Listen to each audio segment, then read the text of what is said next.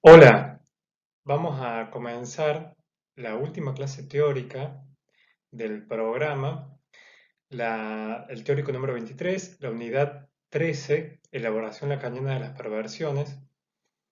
Y esta es la última clase teórica, pero no la última clase que tendrán, porque finalmente va a haber una clase de repaso, una clase de despedida de la cátedra, pero hoy sí vamos a abordar el último tema del programa que es en torno a las perversiones desde los textos de Lacan.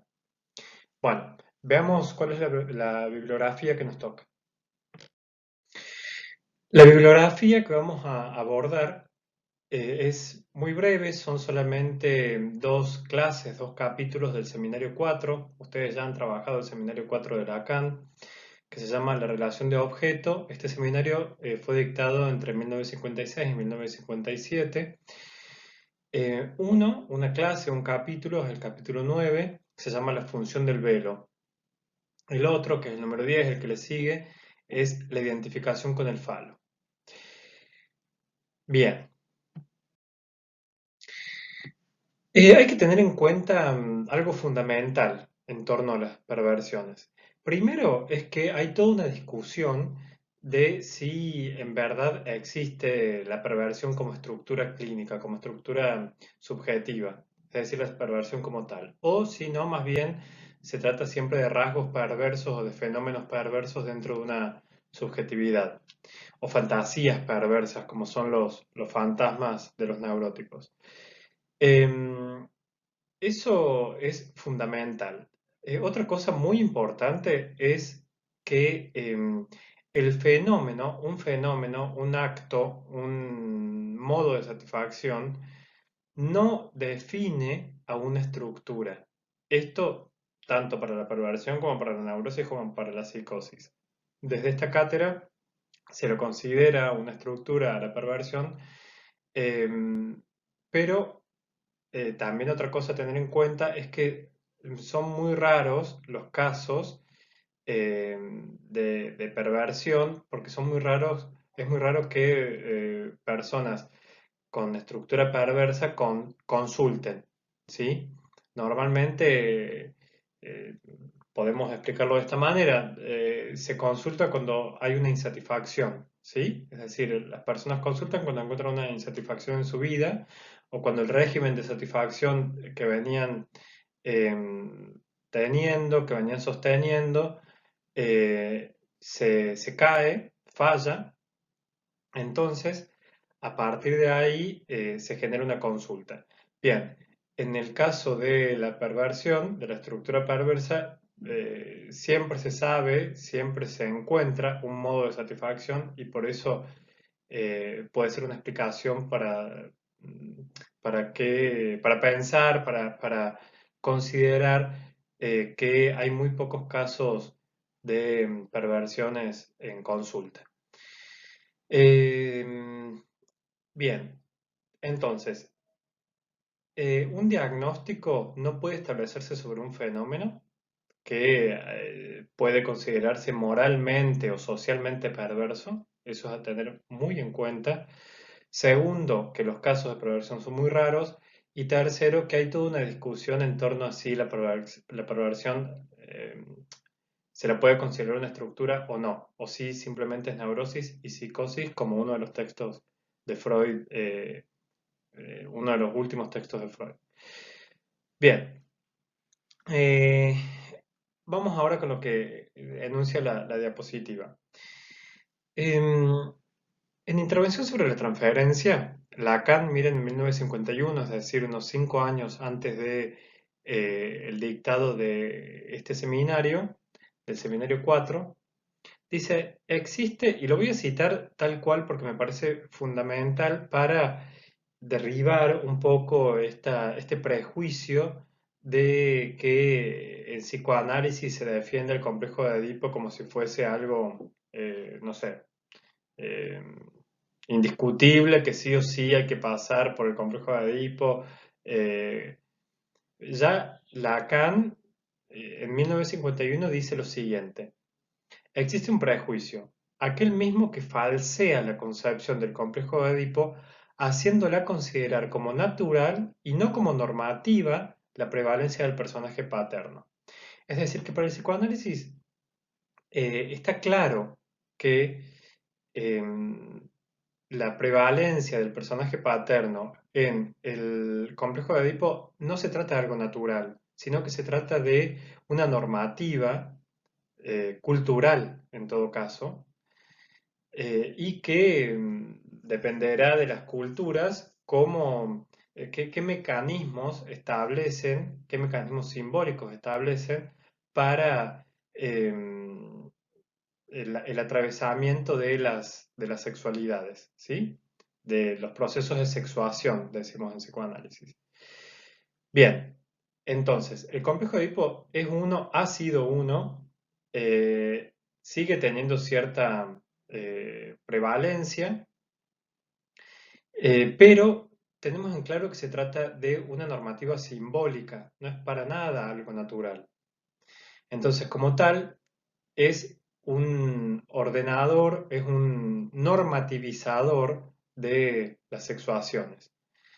Que por supuesto que está en franca decadencia, eso estamos todos de acuerdo, pero sin embargo es algo que sigue teniendo cierta injerencia en la clínica y que sirve para pensar algunas subjetividades incluso que hoy llegan a consulta.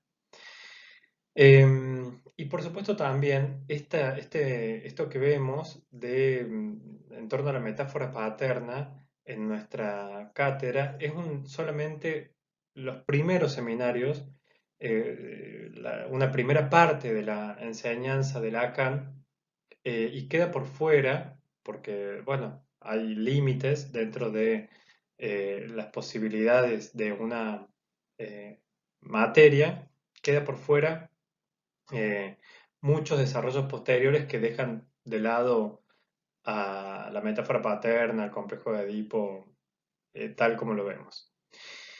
Bien, entonces, si se trata de una normativa simbólica del complejo de Edipo, también se va a tratar de una diferencia simbólica de los sexos, porque la maquinaria edípica tiene como resultados a nivel de la subjetividad, a nivel de la sexuación, eh, la prevalencia fálica.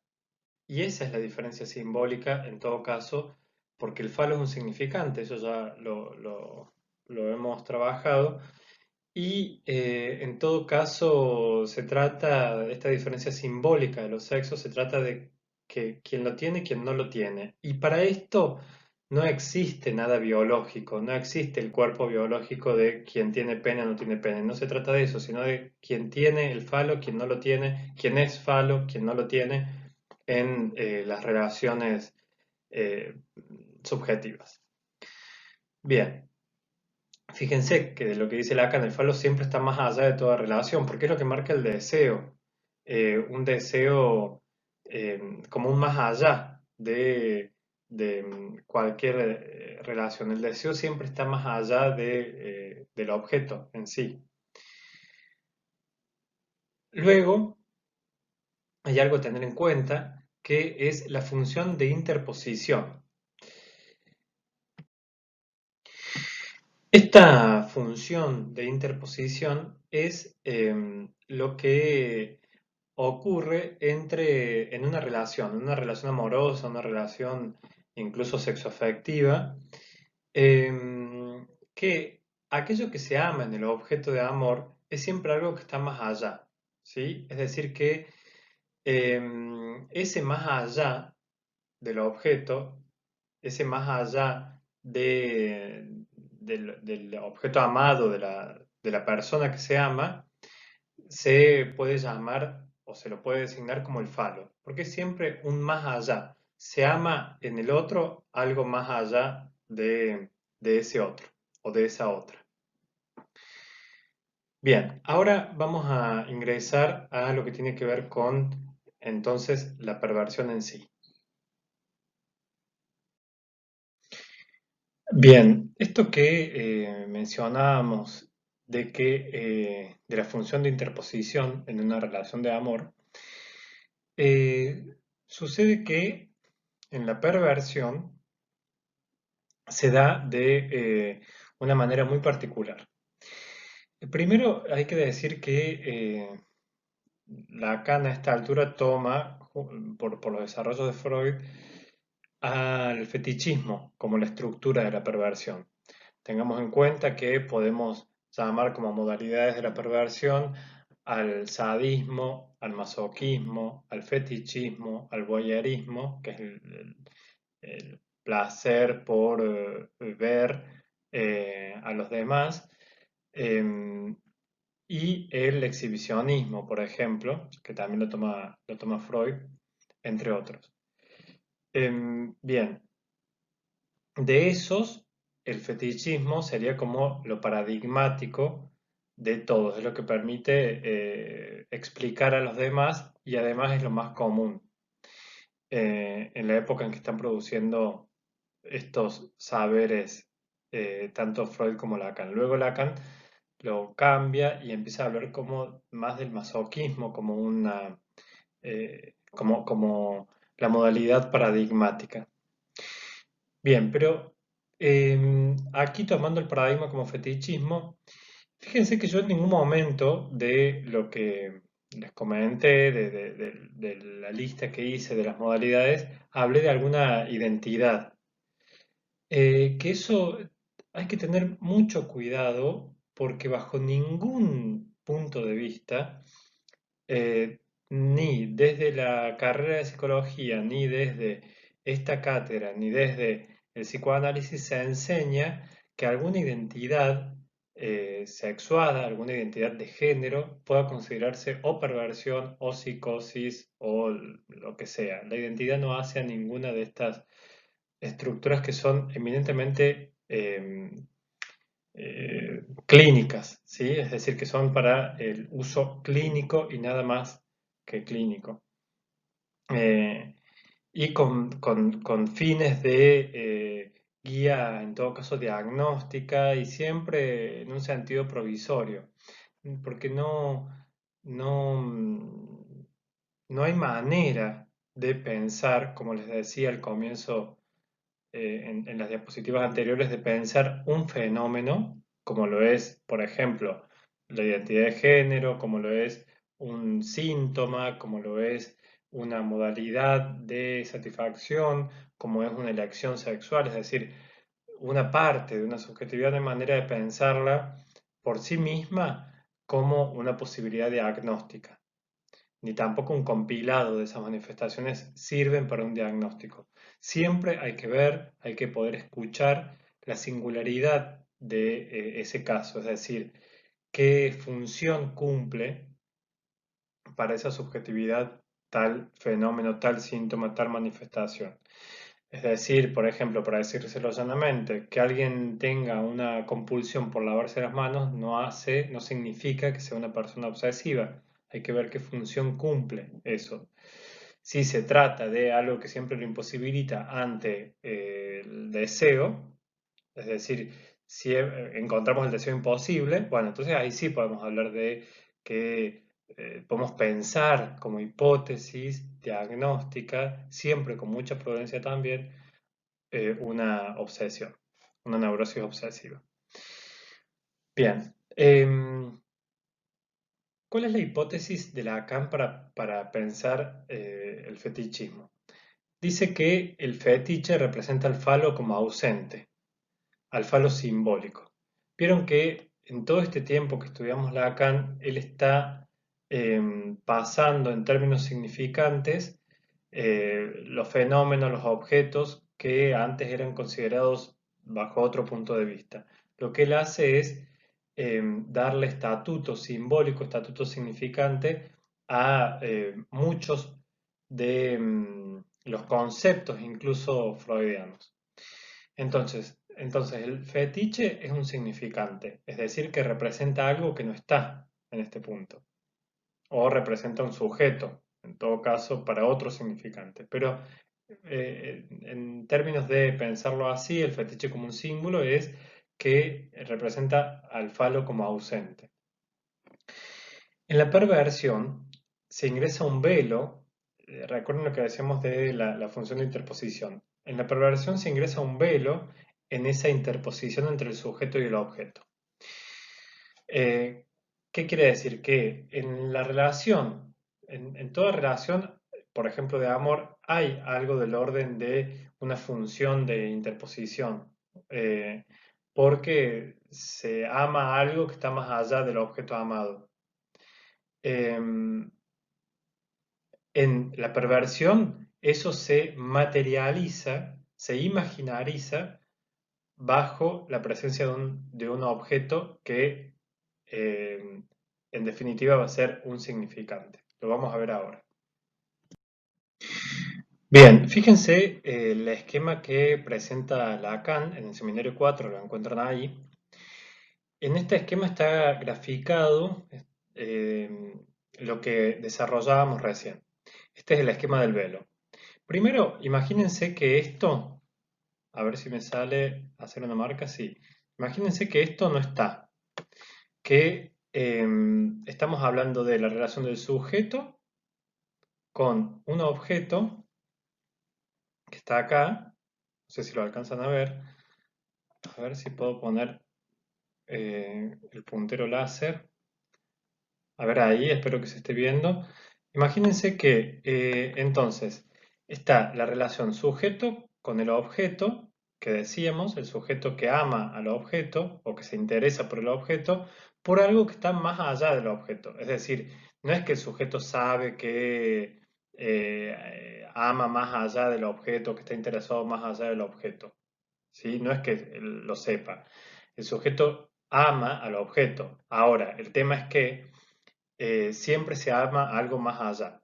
Bueno, eso más allá, dice Lacan, es el falo o la nada, porque en realidad, ¿qué es el falo? El falo es un significante, representa algo que no está, que nunca está.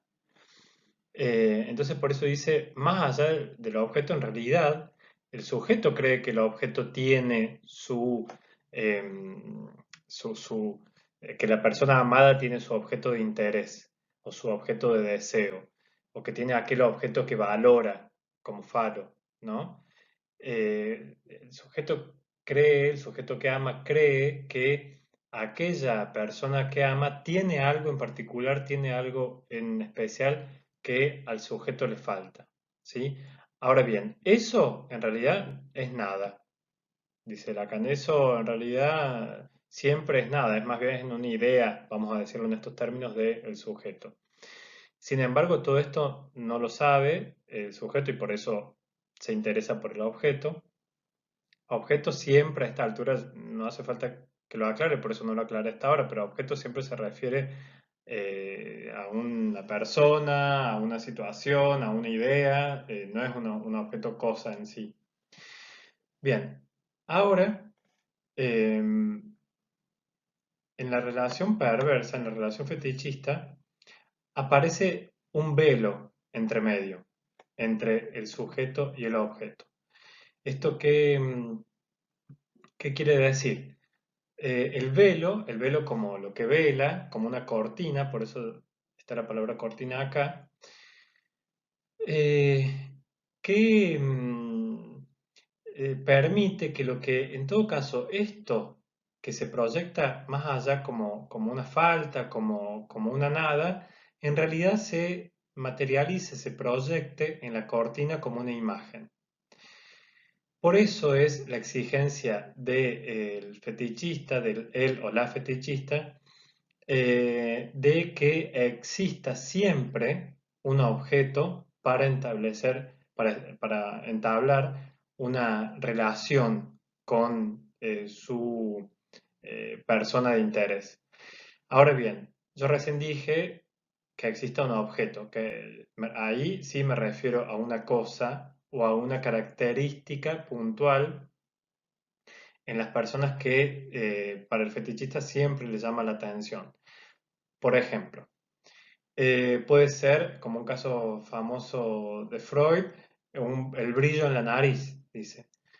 bueno, ese rasgo de las personas, eh, a este caso le interesaba particularmente. Era la condición fetichista, podemos decir, para que aparezca su interés de un cierto brillo en la nariz. Puede ser también una cierta mirada, puede ser también, bueno, los casos clásicos, tradicionales y de la literatura incluso son aquellos que requieren de la presencia de un zapato, requieren de la presencia de ropa interior. em, y, eh, y eso, ese velo, ese fetiche como simbólico, en realidad representa algo que no está. Sin embargo, al aparecer el fetiche, permite darle una imagen a eso que no está. A ver, por un lado dijimos que el fetiche es simbólico, que el fetiche es un significante, es decir, que representa algo que no está, pero a la vez, al necesitar estar materializado en algún rasgo o en alguna cosa, se lo imaginariza a eso que no está, se le da una imagen. Em, por eso es que Lacan habla del velo o de la cortina, porque si nosotros tenemos una ventana y cerramos la cortina, o vemos una cortina, vamos a decirlo más fácil, si vemos una cortina, siempre vamos a suponer que del otro lado hay algo, o que esa cortina está tapando algo. Es decir, que por un lado no vemos lo que tapa, pero por el otro lado suponemos que hay algo del otro lado que está tapando. Es decir, que tiene una función de presencia y ausencia a la vez. Le da de alguna manera consistencia a esa falta, a eso que es ausencia. Porque sobre la cortina, sobre el velo, ahora lo vamos a decir así, sobre el fetiche, se proyecta y se imagina tanto una presencia como una ausencia. Lacan llega a decir en la página 157, dice la cortina es el ídolo de la ausencia. Fíjense, qué curiosa esta imagen del ídolo, porque el ídolo está en el lugar de algo que no está. Si tenemos la imagen de un ídolo al que adoramos, esa imagen, y ahí está de nuevo la imagen, está en lugar de ese ídolo que no está. Bien, seguimos. Pues bien, ¿qué tiene que ver entonces el objeto fetiche o el fetiche como un significante con la castración, ya que estamos hablando en términos edípicos, en términos del falo? Bien, como es la presencia de algo que es a la vez una marca de lo que no está, es decir, como es la presencia, una presencia que señala una ausencia, según Freud, retomándolo desde Lacan, esta es la función del fetiche, de una manera de renegar, de denegar, de desmentir la castración, es decir, un significante que viene en lugar de una ausencia. Por eso Freud le llama al fetiche, lo caracteriza al fetiche como un monumento. Vieron que los monumentos están para rememorar algo, pero a la vez está supliendo, por decirlo así, una ausencia. O sea, a la vez que señalan una ausencia, el monumento es una presencia, es una obra, un objeto, una escultura, por ejemplo. Bien, eso como presencia señala una ausencia. Entonces tenemos esta doble función de el fetiche, que a la vez que de alguna manera aparece como un objeto o como un significante, un objeto, lo digo en términos freudianos, un significante en términos lacanianos, eh, es decir, algo que tiene que estar, es para denegar, para desmentir la castración, es decir, la falta de falo en este caso. Por eso Lacan va a decir que sobre el velo hay una especie de captura imaginaria se captura una imagen de eso que no está. Se trata, lo leo, se trata del descenso al plano imaginario del ritmo ternario, sujeto, objeto, más allá.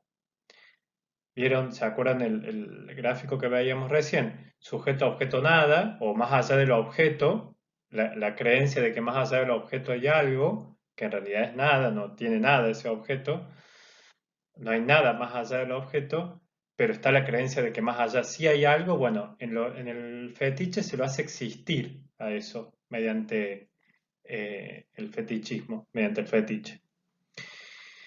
Eso, que es esa relación que remite un más allá del objeto, estamos hablando no de la relación fetichista, sino de la relación en sí, una relación amorosa, por ejemplo, que el sujeto ve en el objeto algo que en realidad no está, no lo tiene, y que entonces remite un más allá. Eso es una relación simbólica, porque el sujeto se relaciona con el objeto, en tanto también remite una ausencia, con el objeto amado, por ejemplo. Bien, en el fetichismo a eso se lo aplana, se lo lleva a la relación imaginaria, a una relación imaginaria. ¿Por qué? Porque el fetiche viene como imagen a suplantar ese más allá, o sea, lo hace existir a eso que el otro representa para mí.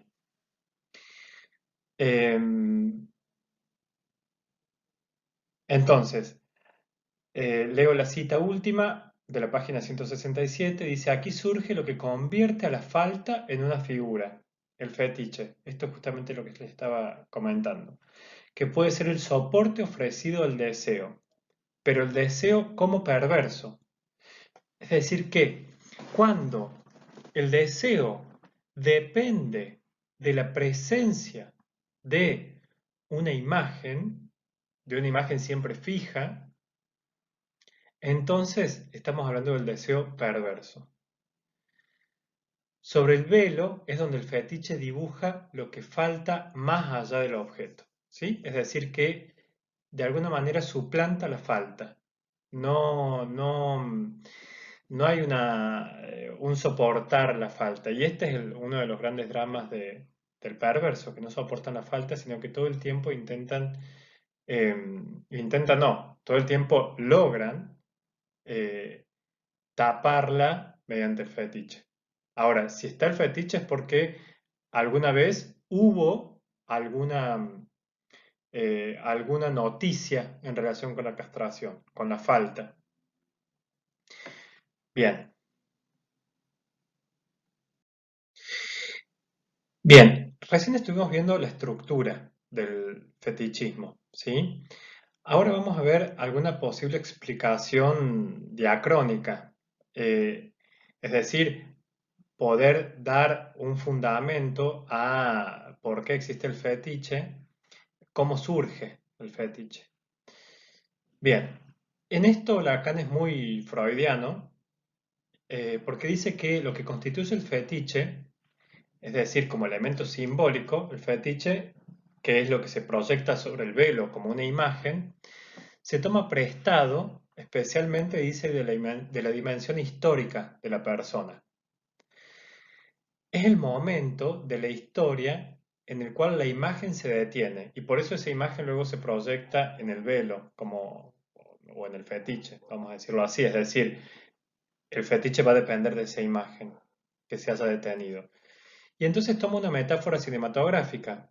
Dice, la película se detiene de pronto. Imagínense que están viendo una película y se detiene. Bueno, se detiene justamente antes del momento del momento de observar la castración, de observar la diferencia simbólica, la diferencia de los sexos. Es decir, por ejemplo, en el caso en el caso de la cita de Lacan, dice lo que se busca en la madre, es decir, el falo que tiene y no tiene, que puede ser, por supuesto, la imagen de ver desnuda a la madre, es decir, que ahí tenemos una diferencia sexual en torno a lo imaginario, en torno a una diferencia anatómica de los sexos, pero sin embargo, sobre todo, eso lo tomamos como, lo toma Lacan como punto de apoyo para explicar la diferencia simbólica en todo caso. Es decir, algo que se tiene y que no se tiene, sea cual sea la vivencia que se haya tenido en torno a eso.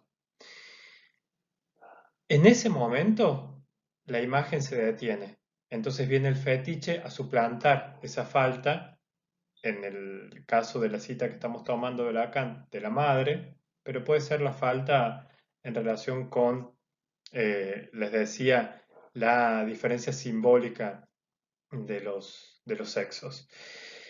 Em, Esa imagen que se vio último, esto en términos freudianos, Freud dice, bueno, por eso es tan común que el fetiche sea un zapato femenino, las bragas femeninas, una bombacha, por ejemplo, o alguna prenda femenina, porque es un momento en donde el niño ve al cuerpo desnudo de la madre y están esos elementos normalmente en ese momento de intimidad de, de la madre y por eso se toman rápidamente esos elementos como posibilidad, como imagen para el fetiche.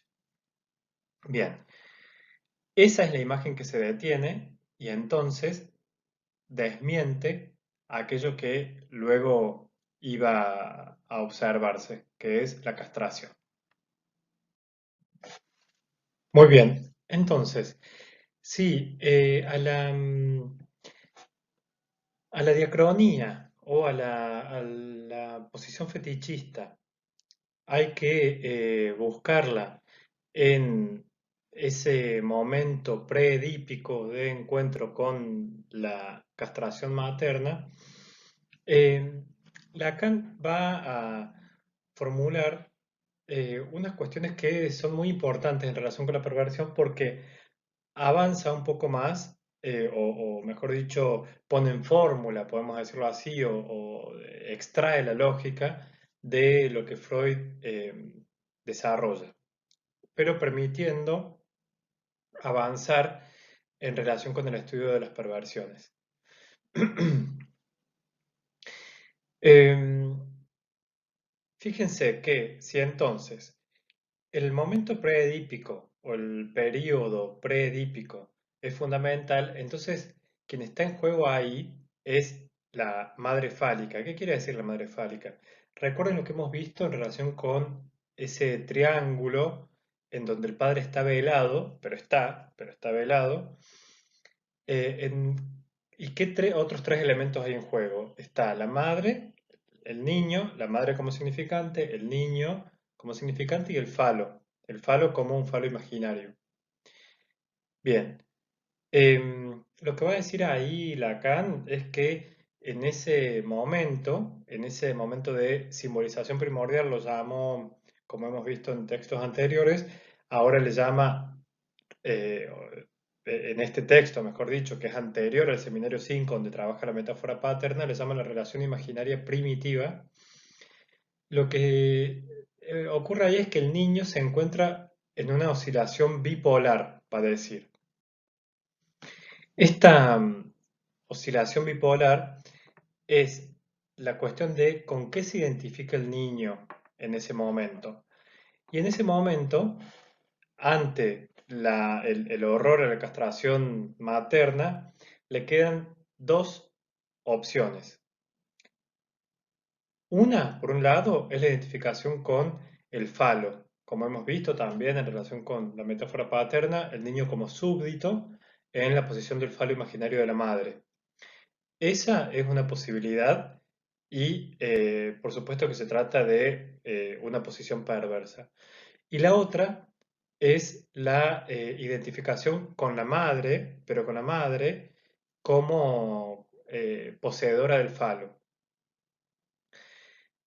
Esas son las dos posiciones que Lacan va a señalar como eh, las posiciones primitivas o la oscilación bipolar primitiva en relación con las dos posiciones de la perversión. Eh, entonces, cuando en un fenómeno perverso, mejor dicho, en un fenómeno sintomático o en un fenómeno de la subjetividad encontramos estas funciones, entonces recién ahí podemos pensar una posición perversa. ¿Estamos? Bien. Ahora bien, contrariamente a lo que se cree en relación con la perversión, que a veces se imagina que el perverso, en el imaginario popular, ¿no? El perverso es alguien poderoso, es alguien con cierta destreza psicopática, es alguien que ejerce dominio sobre los otros. Contrariamente a lo que se cree, la omnipotencia, la estructura de poder o la posición de poder está en el gran otro para el perverso, no está en el perverso en sí mismo, no está en el sujeto perverso. Fíjense lo que dice Lacan en esta cita de la página 171. La estructura de la omnipotencia no está, contrariamente a lo que se cree, en el sujeto, como les decía, sino en la madre, es decir, en el otro primitivo. ¿Por qué es esto? Por lo que les decía de que en la posición perversa se queda en el término de que el otro tiene el falo, ¿sí? Es decir, de que la madre tiene el falo, en este caso, el otro primitivo. La madre, cuando decimos la madre estamos hablando de una función, ¿sí? No necesariamente de la madre biológica o de la mujer que ha tenido a ese hijo o que se ha hecho cargo. Em, Justamente por lo que decíamos de que desmiente la castración. Por eso sigue diciendo, pero tras esta omnipotencia, la omnipotencia del gran otro, primitivo de la madre, se encuentra la falta última de la que se haya suspendido su potencia. Entonces, efectivamente, eh, la posición perversa eh, lo que hace es un trabajo fundamental dirigido a mantener la no barradura del otro, la no falta del otro, la completud del otro, la potencia o la omnipotencia del otro.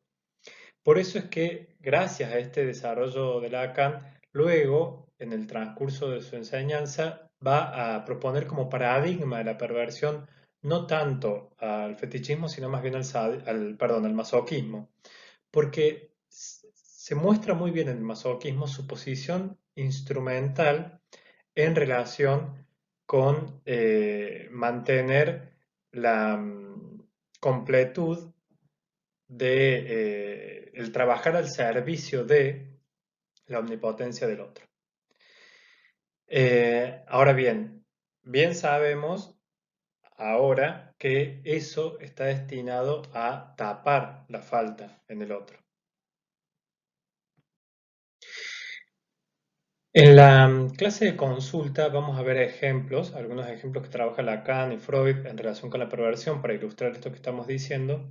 Sin embargo, me parecía fundamental dejar aclarado que el travestismo en sí no es una perversión. Esto ya lo estábamos aclarando al inicio de la clase, pero el fenómeno o la elección por el travestirse no es una perversión en sí. Ese es un error de lectura y un gran problema ético pensar eso. En todo caso, de lo que se trata, habría una perversión en todo caso cuando se requiere sí o sí para mantener, por ejemplo, estoy pensando en un ejemplo, para mantener una relación sexual o para mantener el deseo sexual, vamos a decirlo en esos términos, de un cierto uso de una prenda, por ejemplo. Un caso que conocí era de una persona adolescente que requería para mantener un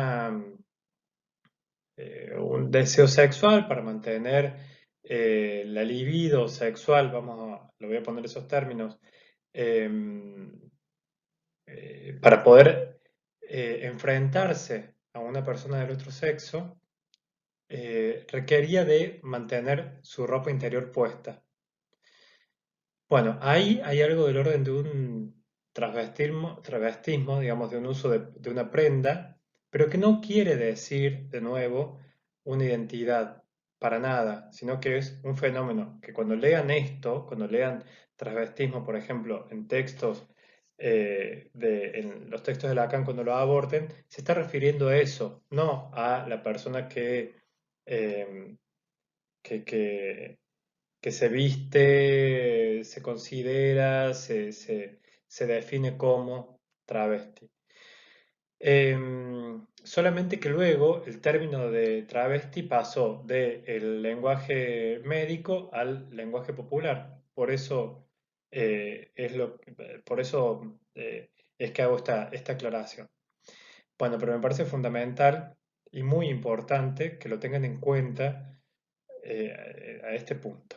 ¿Sí? Bien, entonces seguimos en la clase de consulta el viernes para, para poder seguir trabajando estos temas.